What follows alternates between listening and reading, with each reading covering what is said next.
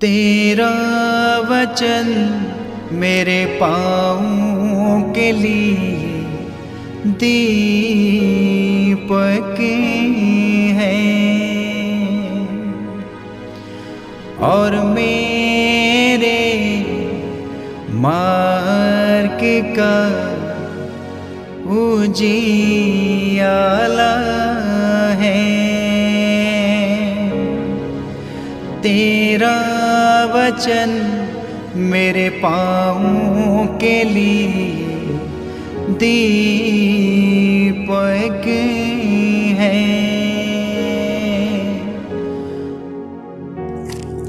पिता, पुत्र और पवित्र आत्मा के नाम में आमीन। ख्रिस्त में मेरे प्यारे भाइयों और बहनों, प्रभु यीशु मसीह के मीठे और मधुर नाम में आप सभी को जय यीशु। हम लोग आज प्रभु के पावन और जीवंत वचन पर मनन चिंतन करेंगे, क्योंकि प्रभु का पवित्र वचन हमारी आत्मा का भोजन है और समस्त सृष्टि का या संपूर्ण मानव जाति के नींव है। मेरे भाइयों और बहनों, आज हम लोग देखते हैं प्रेरित चरित्र उसके अध्याय 16 पद संख्या 22 से 34 तक। फिलिप्पी की भीड़ पौलुस और सीलस के विरोध में एकत्र हो गई। तब न्यायकर्ताओं ने कपड़े उतरवाकर उन्हें कोड़े लगाने का आदेश दिया।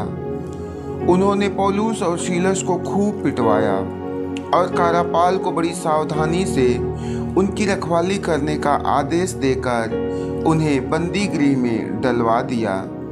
कारापाल ने ऐसा आदेश पाकर उन्हें भीतरी बंदी गृह में रखा और उनके पैर काठ में जकड़ दिए। आधी रात के समय जो पौलुस तथा सीलस प्रार्थना करते हुए ईश्वर की स्तुति गा रहे थे और कैदी उन्हें सुन रहे थे, तो एकाएक इतनी भारी भूकंप हुआ कि बंदी गृह की नींव हिल गई। उसी क्षण सब द्वार खुल गए और सब कैदियों की बेड़ियां ढीली पड़ गई। कारापाल जाग उठा और बंदी गृह के द्वार खुले देखकर समझ गया कि कैदी भाग गए हैं, इसलिए उसने तलवार खींचकर आत्महत्या करनी चाहिए। किंतु पौलुस ने ऊंचे स्वर से पुकार कर कहा, अपनी हानि मत कीजिए, हम सब यहीं हैं। तब कारापाल चिराग मंगाकर भीतर दौड़ा और कांपते हुए पौलुस तथा सीलस के चरणों पर गिर पड़ा। उसने उन्हें बाहर ले जाकर कहा, सज्जनों, मुक्ति प्राप्त करने के लिए मुझे क्या करना चाहिए? उन्होंने उत्तर दिया, आप प्रभु ईसा में विश्वास कीजिए तो आपको और आपके परिवार को मुक्ति प्राप्त होगी। इसके बाद उन्होंने कारापाल और उसके सब घरवालों को ईश्वर का वचन सुनाया। उसने रात को उसी घड़ी उन्हें ले जाकर उनके घाव धोए।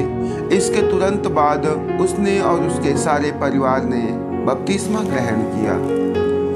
ख्रिस्त में मेरे प्यारे भाइयों और बहनों, हम लोग देखते हैं धर्म ग्रंथ बाइबल हमें बताती है कि प्रभु यीशु मसीह के मृत्यु के बाद, उनके पुनरुत्थान के बाद सारे रोमी सरकार जो थी, सभी यहूदिया लोग प्रभु के और उनके शिष्यों के बैरी बन गए, उनके दुश्मन बन गए और उन्हें घात करने के लिए, उन्हें नाश और बर्बाद करने के लिए सदा अवसर ढूंढते थे। ऐसे में एक बार लोग फिलिपिया में पौलुस और सीलास को पकड़ते हैं और वे लोग उनको पकड़ करके बाइबल बतलाती है कि उनके कपड़े उतारते हैं और उन्हें बड़ी बर्बरतापूर्वक बेरहमी से उन्हें पीटते हैं। मेरे भाइयों और बहनों, लिखा हुआ है कि पौलुस और सीलास के विरोध में एकत्र हो गए। तब न्यायकर्ताओं ने कपड़े उतरवाकर उन्हें कोड़े लगाने का आदेश दिया और पौलुस और सीलस को खूब पिटवाया और कारापाल को बड़ी सावधानी से उसकी रखवाली करने का आदेश देकर बंदी गृह में डलवा दिया। पौलुस और सीलस को पिटवाने के बाद कारापाल को आदेश दिया कि तुम बड़ी सावधानी पूर्वक इनको बंदी गृह में डाल दो, इन्हें तुम कैद खाने में कैद कर दो, क्योंकि वहीं पर ये लोग नष्ट हो जाएंगे, वहीं पर ये मार दिए जाएंगे, वहीं पर इनकी हत्या हो जाएगी, वहां से जीवित न निकलने पाए। मेरे भाइयों और बहनों, हम लोग देखते हैं लिखा हुआ है कि कारापाल ने ऐसा आदेश पाकर उन्हें भीतरी बंदी गृह में रखा और उनके पैर काठ में जकड़ दिए। जब कारापाल को ऐसा आदेश मिला तो उसने उन्हें भीतरी बंदी गृह में रखा और उनके पैर को काठ में जकड़ दिए।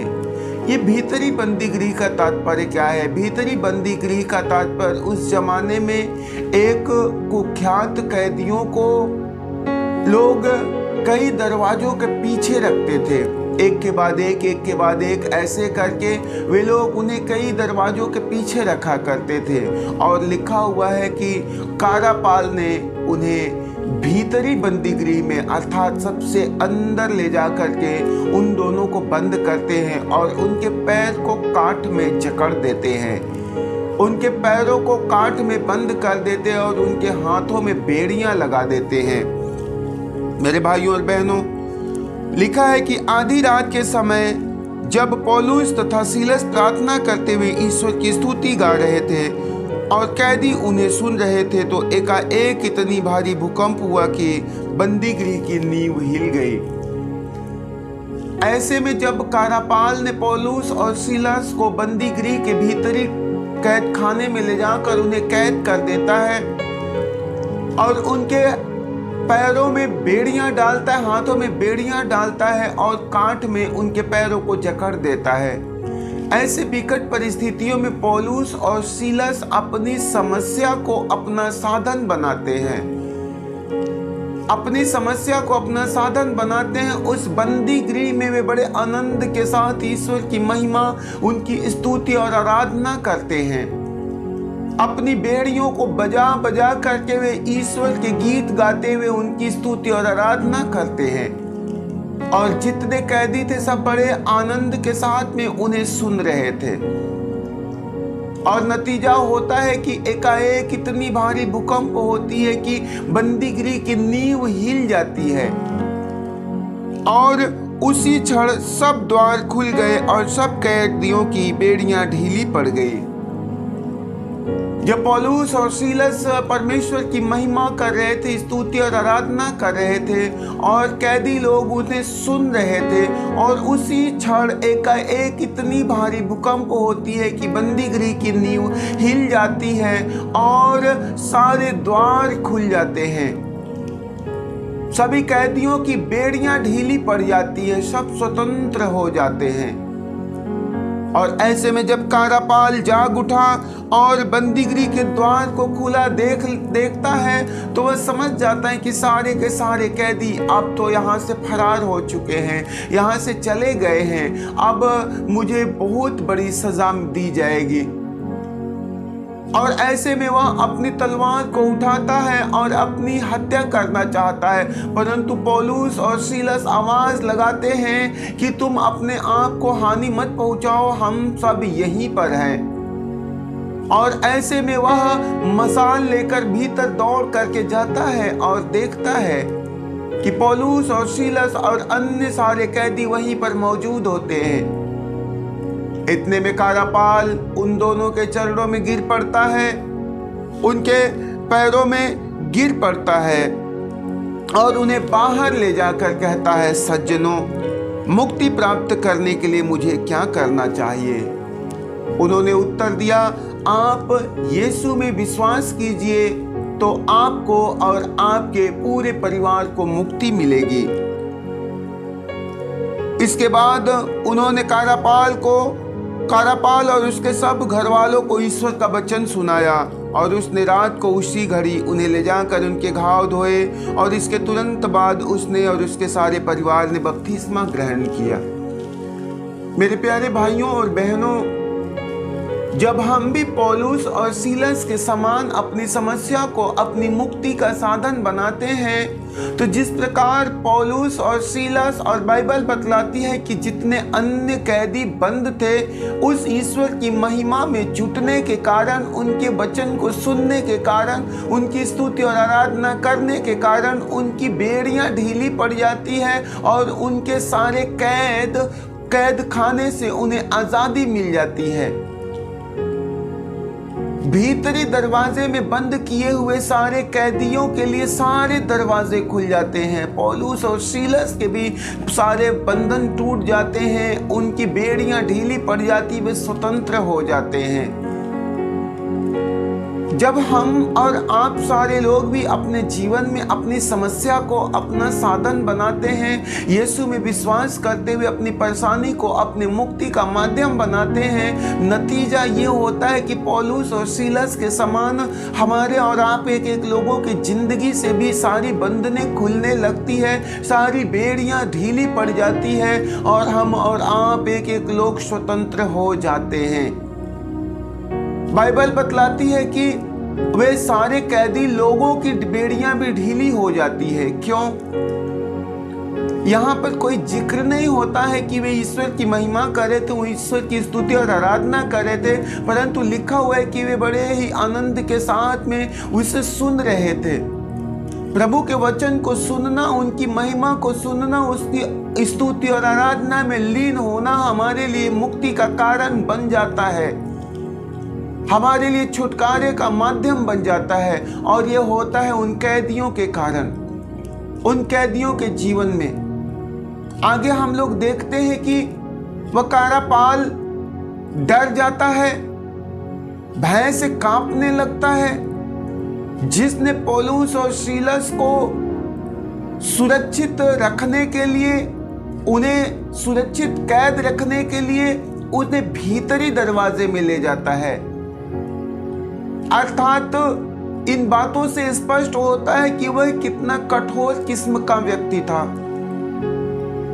यही नहीं, उनके हाथ और पैरों में बेड़ियां डालता है और उनके पैरों में कांट लगा करके उनको जकड़ देता है ताकि वह एक जगह से हिलने न पाए। इस बात से स्पष्ट होता है कि कारापाल कितना कठोर और निर्दयी व्यक्ति था। लेकिन प्रभु का वचन जब उसके जिंदगी में जाता है, बाइबल बतलाती कि उनकी प्रार्थना के कारण, उनकी स्तुति और आराधना के कारण बंदीगृह की नींव हिल जाती है। अर्थात कारापाल जितने कठोरता से उनको बंद किया हुआ था, उसकी नींव हिल जाती है और उसके सारे घमंड, सारे अहंकार टुकड़े टुकड़े हो जाते हैं। वह व्यक्ति पौलुस और सीलस के चरणों में गिर करके उन्हें प्रणाम करता है, उन्हें दंडवत करता है और उनसे आग्रह करता है कि मुक्ति पाने के लिए मुझे क्या करना पड़ेगा। जब आप ईश्वर की महिमा करते हैं, जब आप ईश्वर की स्तुति और आराधना करते हैं, तो आपका प्रतिद्वंदी, आपके सामने वाला व्यक्ति कितना भी बड़ा क्यों न हो, कितना भी कठोर क्यों न हो, किंतु वह ईश्वर के सामने आपके द्वारा किए गए प्रार्थना के कारण झुकता है, वह टूटता और बिखरता है। मेरे भाइयों और बहनों, कारापाल के जिंदगी में ऐसा ही हुआ। उसके भी जीवन भर की जो लोगों को बेड़ियां डालने की आदत थी, टूट जाती है। काट से बंद करने की उसकी आदत छूट जाती है और उसके घमंड और अहंकार की नींव हिल जाती है। और ऐसे में वह उनके चरणों पर गिर पड़ता और उनसे कहता है कि मुक्ति पाने के लिए मुझे क्या करना पड़ेगा। पौलुस बड़े ही उत्साह के साथ कहते हैं, आप ईसा में विश्वास कीजिए तो आपको और आपके पूरे परिवार को मुक्ति मिल जाएगी। और कारापाल उन लोगों से ईश्वर के वचन को सुनता है। दोनों मिलकर, कारापाल और उनके पूरे परिवार को ईश्वर के सुसमाचार को सुनाते हैं। कारापाल पौलुस और सीलस को अपने घर ले जाकर उनके घाव पर मरहम पट्टी करता है और इसके ठीक बाद वह पूरे परिवार के साथ बपतिस्मा ग्रहण करता है। ईश्वर को अपने जिंदगी में मुक्तिदाता के रूप में स्वीकार करता है, ग्रहण करता है।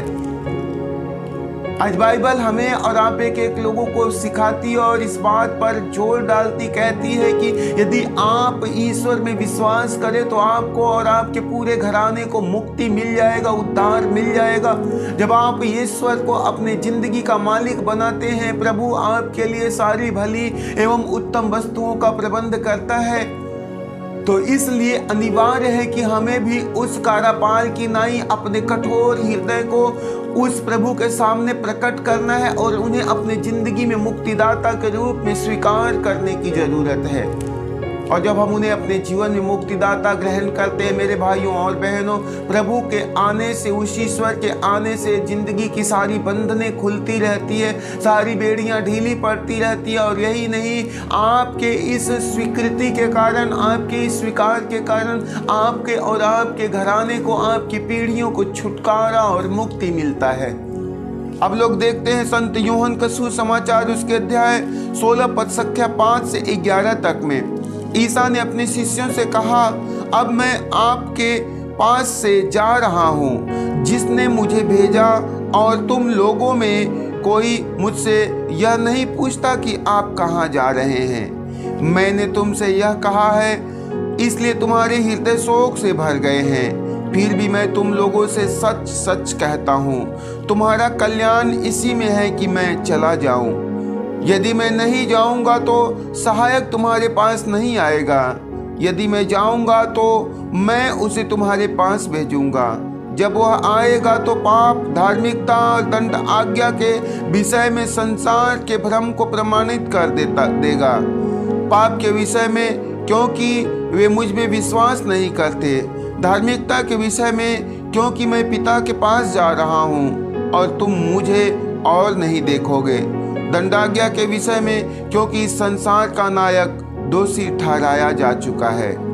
मेरे प्यारे भाइयों और बहनों, प्रभु यीशु मसीह अपने पुनरुत्थान के बाद अपने शिष्यों को घूम घूम करके दिव्य दर्शन देते हैं और अंततः वह स्वर्ग जाते हुए उनसे कहते हैं कि अब मैं उनके पास जा रहा हूँ जिसने मुझे भेजा है। वे कहते हैं अब मैं उनके पास जा रहा हूँ जिसने मुझे भेजा है। और वह शिष्यों से पूछते हैं, कहते हैं कि आप ये भी नहीं पूछते कि मैं कहाँ जा रहा हूँ। और वे कहते हैं मैं वही जा रहा हूँ जहाँ से मैं आया हूँ, क्योंकि यदि मैं वहाँ जाऊँगा तो मैं उनसे आग्रह करूँगा, वह तुम्हारे लिए एक सहायक पवित्र आत्मा प्रदान करेगा। और वह पवित्र आत्मा जब आएगा तो तुम्हारे जीवन में, संसार के जीवन में, उनके जिंदगी में पाप और दंडाज्ञा और पाप दंडाज्ञा को प्रकट कर देगा। मेरे भाइयों और बहनों, एक एक व्यक्तियों के जीवन में जब तक पवित्र आत्मा नहीं आती है उसको पाप का बोध नहीं होता है, पाप का स्मरण नहीं होता है। अपने मनमाना जिंदगी जिए जा रहा है, जैसे जी रहा है उसे लगता है हम भले हैं, हम अच्छे हैं, हम मजे में हैं। जो भी जीवन जी रहे हैं लगता है कि हम अच्छे हैं, क्योंकि उनके ऊपर में पवित्र आत्मा नहीं आया, उन्हें बताने और समझाने वाला नहीं आया है। इसलिए आज प्रभु कहते कि मैं जा रहा हूँ, क्योंकि मेरा जाना जरूरी है। जब तक मैं जाऊंगा नहीं तब तक वह सहायक नहीं आएगा जो संसार को उनके सारे भले और बुरे कामों को भली भांति स्मरण कराएगा। जब वह पवित्र आत्मा आएगा तो एक एक लोगों को उनके पाप के विषय में और उनके धार्मिकता के विषय में, सब कुछ के विषय में उन्हें बता देगा। जब पवित्र आत्मा मनुष्य के जीवन में आता है तो उसे एहसास होने लगता है, उसे आभास होता है कि मेरे द्वारा किए गए सारे दुष्कर्म जो किसी दूसरे को नाश करता है, कष्ट पहुंचाता है, चोट पहुंचाता है, वे सारे पाप के कर्म है, वे सारे पाप हैं। और बाइबल बतलाती कि उनके अंदर से सारे भ्रम को दूर कर देगा।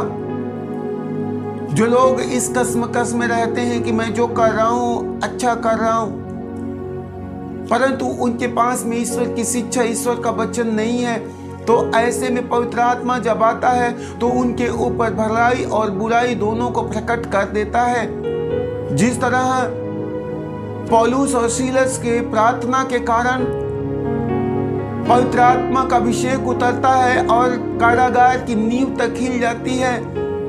और कारापाल पर जब पवित्र आत्मा का अभिषेक उतरता है, कारापाल सारी भली और बुरी बातों को भली भांति समझने लगता है। क्या धार्मिकता है, क्या पाप है, वह जान जाता है। और ऐसे में वह उन दोनों लोगों से अपने लिए मुक्ति का मार्ग ढूंढने लगता है। ठीक उसी प्रकार जब व्यक्ति के जीवन में पवित्र आत्मा का अभिषेक आता है तो उसके जीवन में सारी बुराइयां स्पष्ट रूप से प्रकट हो जाती है। स्पष्ट रूप से बुराइयां उनके आंखों के सामने आ जाते हैं और वो अपने बुराइयों को छोड़ते हुए अपने लिए मुक्ति का साधन, मुक्ति का मार्ग खोजने लगते हैं। मेरे भाइयों और बहनों, जो पवित्र आत्मा आता है तो वह एक एक लोगों के ऊपर आने वाले पाप के कारण दंड को भी प्रमाणित करता है। प्रभु ने अपने पवित्र वचन में कहा है कि मैंने तुम्हारे गलतियों के कारण, मैंने तुम्हारे गुनाहों, तुम्हारे पापों के कारण तुम्हें मारा, तुम्हें घायल किया है। अर्थात जब पवित्र आत्मा आएगा तो एक एक बात स्पष्ट हो जाएगा। मेरे जिंदगी में जो कुछ भी है उसका मूल कारण पाप है। इस संसार में जो समस्याएं, जो परेशानियां हैं, उसका कहीं न कहीं से मुख्य वजह पाप है। और ये हमारा पाप बोध हमें तभी होता है जब पवित्र आत्मा आता है, कोई हमें बताता, कोई हमें सिखाता है। और इसलिए प्रभु कहते हैं कि मैं जा रहा हूँ, क्योंकि जब तक मैं नहीं जाऊंगा तब तक पवित्र आत्मा नहीं आएगा। और पवित्र आत्मा के अभाव में सारे संसार पर मुक्ति का उदय होना असंभव है। प्रभु ने कहा हुआ है कि मैं जगत में तुम्हारे बीच में रहा, मैं सदैव तुम्हारे कुछ लोगों के संग संग रहा और तुम्हारे ऊपर में सच्चाई को प्रकट किया, ईश्वर के वचन को सुनाया। लेकिन मैं शरीर में सभी के पास नहीं जा सकता, एक एक लोगों को सुसमाचार नहीं सुना सकता, इसलिए मैं जा रहा हूँ। परंतु अब मैं पिता से प्रार्थना करूँगा कि वह तुम्हारे लिए सहायक पवित्र आत्मा प्रदान करे। और वह पवित्र आत्मा जब आएगा तो वह सर्वव्यापी है, सारी सृष्टि में विराजमान है। वह एक एक लोगों के पास में जाएगा और उनके गुनाहों को, उनके अपराधों को उनके सामने प्रत्यक्ष रूप से प्रकट कर देगा। उन पाप के कारण उन पर लगने वाले दोष, उन पर लगने वाले अभियोग को, उनके गुनाहों को प्रकट कर देगा, जिसके कारण व्यक्ति अपने सच्चे और अच्छे पश्चाताप के कारण बचा लिए जाएंगे।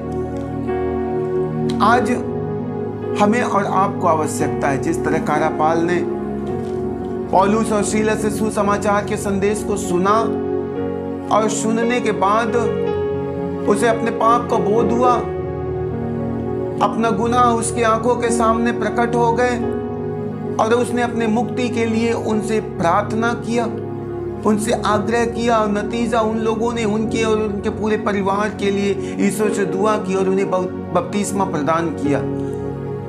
आज हमें और आप एक एक सभी लोग भाइयों और बहनों को उसी प्रकार ईश्वर को स्वागत करना है, ईश्वर को अपने जीवन में ग्रहण करना है, अपने कठोर मन को टूटने देना है, अपने घमंडी और अहंकारी मन को टूटने देना है।